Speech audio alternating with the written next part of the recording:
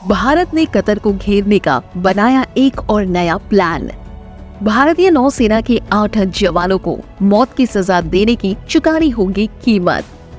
अपनी गैस पर घमंड करने वाला कतर एक एक ग्राहक के लिए तरसेगा। अब भारत बताएगा हमसे पंगा लेने का क्या होता है अंजाम।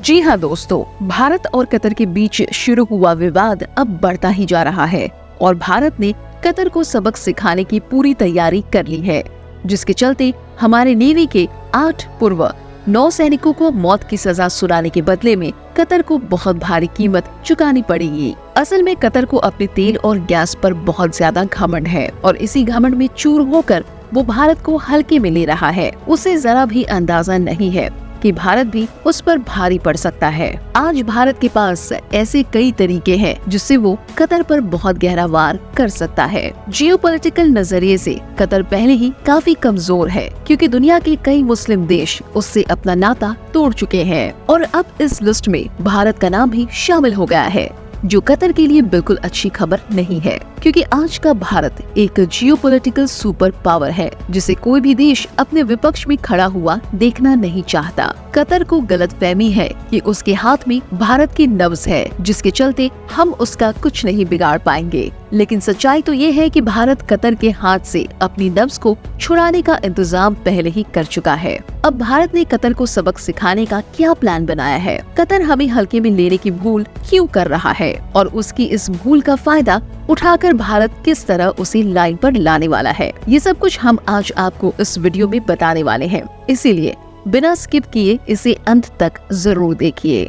दोस्तों, सबसे पहले तो जो लोग नहीं जानते उनके लिए हम बता दें कि कतर की कोर्ट ने भारत के 8 पूर्व नौसैनिकों को मौत की सजा सुनाई है और इसी की वजह से ये सारा विवाद शुरू हुआ है। असल में भारत के ये 8 पूर्व नौसैनिक कतर की एक कंपनी डेहरा ग्लोबल में पिछले काफी समय से काम कर रहे थे। ये कंपनी अलग अलग देशों की नौसेना के लिए पनडुब्बी बनाने का काम करती है। ऐसे ही एक सीक्रेट पनडुब्बी के प्रोजेक्ट पर ये 8 भारतीय नौसैनिक काम कर रहे थे, लेकिन अचानक से इनके ऊपर सीक्रेट इंफॉर्मेशन लीक करने का आरोप लगाकर इन्हें गिरफ्तार कर लिया गया। इसके बाद इन पर कतर की ही एक अदालत में मुकदमा चलाया गया और दोषी मानकर इन्हें मौत की सजा सुना दी गई। ये बात पिछले साल यानी 2022 के अगस्त महीने की है, जब इन्हें पहली बार गिरफ्तार किया गया था। इसके बाद सितंबर 2022 के अंत में इनका केस अदालत में गया और 26 अक्टूबर 2023 के दिन इन्हें दोषी साबित करके मौत की सजा सुना दी गई। अब नेवी के 8 जवानों को इस तरह गद्दारी के केस में मौत की सजा देना कोई छोटी बात नहीं है। इसीलिए ये खबर बाहर आते ही भारत ने कतर के साथ बातचीत करने की कोशिश करी, क्योंकि भारत चाहता था कि इस मुद्दे को आराम से बात करके सुलझाया जाए। लेकिन कतर ने भारत की एक नहीं सुनी, यहाँ तक कि उनकी तरफ से इस केस से जुड़े डिटेल इन्फॉर्मेशन, जैसे इन नौसैनिकों पर क्या क्या आरोप लगे हैं, इन्होंने क्या इन्फॉर्मेशन लीक की है और किन सबूतों की बिना पर इन्हें दोषी साबित किया गया है, ऐसी कोई भी डिटेल कतर ने भारत को नहीं दी है। और यहीं से सारा विवाद शुरू हुआ, क्योंकि भारत को समझ आ गया था कि यहाँ घी निकालने के लिए उंगली टेढ़ी करनी पड़ेगी। वैसे तो भारत के साथ कतर का ये रवैया इतना भी चौंकाने वाला नहीं था, क्योंकि पिछले कुछ सालों से ये नोटिस किया जा रहा है कि जिस भी देश के रिश्ते भारत के साथ अच्छे नहीं है, कतर उन्हें अपने करीब बनाता है। हालांकि इस सब के बीच भारत और कतर का रिश्ता भी बहुत अच्छे से चलता रहा, लेकिन कहीं न कहीं ये अंदेशा पहले ही हो गया था, कतर कभी न कभी हमें धोखा जरूर देगा। वैसे देखा जाए तो जियोपॉलिटिकल मैप पर कतर की मौजूदा पोजीशन कोई बहुत ज्यादा स्ट्रॉन्ग नहीं है, क्योंकि कुछ साल पहले ही सऊदी, बहरीन और यूएई जैसे मुस्लिम देश कतर के साथ अपना नाता तोड़ चुके हैं, क्योंकि कतर पर हमेशा ही ये आरोप लगता रहा है कि वो अपने यहाँ आतंकी संगठनों को पनाह देता है। खैर, इस सब के बावजूद भारत और कतर के बीच कोई विवाद नहीं था, क्योंकि हमें सिर्फ अपने काम से मतलब था और वो कतर के जरिए बिना किसी परेशानी के हो रहा था। कुछ चीजें कतर हमें एक्सपोर्ट कर रहा था और कुछ चीजें हम उसे बेचते थे। इस तरह ये ट्रेड रिलेशन दोनों के लिए फायदेमंद था। लेकिन हमारे 8 पूर्व नौसैनिकों को मौत की सजा सुनाकर अब कतर ने अपने दुश्मनों की लिस्ट में एक और देश की गिनती बढ़ा ली है और उस देश का नाम भारत है। लेकिन भारत से दुश्मनी कतर को बहुत ज्यादा भारी पड़ने वाली है। वो कैसे, चलिए आपको समझाते हैं। असल में दोस्तों, भारत दुनिया के सबसे बड़े LNG इंपोर्टर्स में से एक है और हम अपनी जरूरत की लगभग 50% LNG कतर से ही इंपोर्ट करते हैं, जिसकी वैल्यू $10 बिलियन के आसपास है। इसके अलावा 2022 के एक डेटा के मुताबिक इस समय भारत की लगभग 9,136 कंपनियां कतर के अंदर ऑपरेट कर रही हैं और भारत खुद भी कतर के लिए उसका दूसरा सबसे बड़ा ट्रेड पार्टनर है। इन दोनों देशों के बीच होने वाले कुल ट्रेड की वैल्यू $17.2 बिलियन है और इसमें भी कतर का एक्सपोर्ट का हिस्सा काफी ज्यादा है। यानी भारत कतर के लिए एक बहुत बड़ा कस्टमर है, जिसे खोना उसके लिए काफी घाटे का सौदा होने वाला है।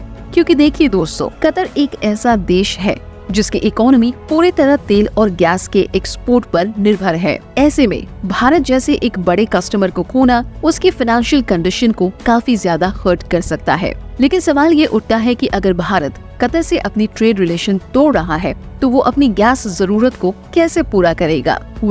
इसी सवाल के जवाब में भारत का सारा गेम छुपा हुआ है। चलिए इसके बारे में आपको थोड़ा डिटेल में समझाते हैं। जैसा कि हमने आपको बताया, भारत अपनी गैस जरूरत का 50% हिस्सा कतर से लेता है। यानी भारत अपनी आधी गैस सप्लाई के लिए कतर पर निर्भर है और इसी निर्भरता को वो भारत की कमजोरी समझ रहा है। उसको लग रहा है कि भारत के पास कोई दूसरा ऑप्शन नहीं है और हमसे गैस लेने के दबाव में वो हमेशा हमारे आगे झुक कर रहेगा। लेकिन ये कतर की एक बहुत बड़ी गलतफहमी है, क्योंकि अपनी गैस जरूरतों को पूरा करने के लिए भारत ने कतर का कोई एक नहीं बल्कि 3 विकल्प खोज लिए हैं।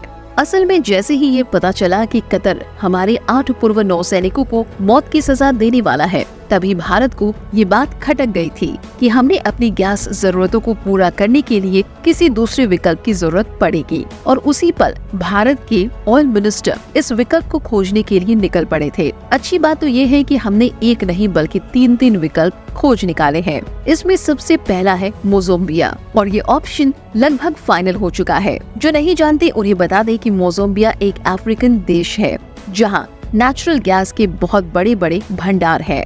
मोज़ाम्बिया के अंदर नेचुरल गैस का एक बहुत बड़ा प्रोजेक्ट चल रहा है, जिसे पूरी दुनिया की सबसे बड़ी LNG फैसिलिटी मानी जा रही है। भारत ने मौका देखते ही इस प्रोजेक्ट में $20 बिलियन इन्वेस्ट करने का मन बना लिया है और इसके बदले में हमारे पास इस LNG फैसिलिटी की 30% हिस्सेदारी आ जाएगी। जानकारी के लिए बता दें कि ये LNG फैसिलिटी भारत की गैस जरूरतों को आने वाले 150 सालों तक पूरा कर सकती है। दरअसल इस LNG फैसिलिटी में करीब 75 ट्रिलियन क्यूबिक फीट गैस मौजूद है और इस प्रोजेक्ट के तहत एक साल के अंदर लगभग 12.8 मिलियन टन गैस का प्रोडक्शन किया जाएगा। हालांकि कतर की तुलना में मोज़ाम्बिया हमारे देश से काफी ज्यादा दूर है, लेकिन इसका रूट एकदम सीधा है और पानी के रास्ते LNG गैस को मोज़ाम्बिया से भारत सिर्फ 3 दिन में पहुंचाया जा सकता है। वैसे तो हमारे गैस जरूरतों को पूरा करने के लिए अकेला मोज़ाम्बिया ही काफी है, लेकिन इस बार हम सिर्फ एक देश पर निर्भर होने वाली गलती दोबारा नहीं दोहराना चाहते और इसी के चलते हमने वेनेजुला और इराक को भी अपने ऑप्शन के तौर पर रखा हुआ है। असल में वेनेजुला के अंदर भी LNG के भंडार है, लेकिन कुछ आंतरिक मामलों के चलते अमेरिका ने इस देश पर प्रतिबंध लगाए हुए थे कि ये अपनी गैस किसी को भी एक्सपोर्ट नहीं कर सकता। मगर अब क्योंकि ये प्रतिबंध हट चुका है, तो भारत वेनेजुला से गैस लेने के इस अच्छे मौके को गंवाना नहीं चाहता, क्योंकि इस देश से हमें गैस काफी कम कीमत पर मिल जाएगी। इराक की बात करें तो भारत की तरफ से उनके साथ भी बातचीत की जा रही है। असल में इराक के अंदर जो तेल उत्पादन किया जाता है, उस प्रोसेस में काफी सारे नेचुरल गैस भी बाहर निकलते हैं। ऐसे में इराक चाहता है उस गैस को हम कलेक्ट कर लें, जिससे हमें गैस मिल जाएगी और इराक को पोल्यूशन से छुटकारा। इस तरह इराक से भी भारत अपनी गैस जरूरत की एक बड़े हिस्से की पूर्ति कर सकता है। यानी भारत के पास विकल्पों की कोई कमी नहीं है और इस समय अगर किसी को चिंता करनी चाहिए तो वो है कतर। क्योंकि देखिए, हम तो अपने लिए गैस का इंतजाम कर लेंगे, लेकिन जब भारत कतर से गैस लेना बंद कर देगा तो उसके लिए फिर अपनी गैस का नया ग्राहक ढूंढना मुश्किल हो जाएगा और तब उसको अकल आएगी कि भारत से पंगा लेने का क्या अंजाम होता है। उस समय हो सकता है कि खुद कतर सामने से आकर हमारे नौसैनिकों को छोड़ने की बात करे और तब हम अपने हिसाब से उसके साथ डील करेंगे। वैसे आपको क्या लगता है, भारत कतर को झुकाने में कामयाब हो पाएगा या नहीं? कमेंट करके जवाब जरूर दें। बाकी दोस्तों, हमारी आज की इस वीडियो में बस इतना ही। वीडियो अच्छी लगी हो तो इसे लाइक और शेयर जरूर करना, और अगर आप हमारे फेसबुक पेज पर नए हैं तो पेज को फॉलो भी जरूर करें। मिलते हैं जल्दी ऐसे ही एक और इंटरेस्टिंग वीडियो में। तब तक के लिए गुड बाय, जय हिंद।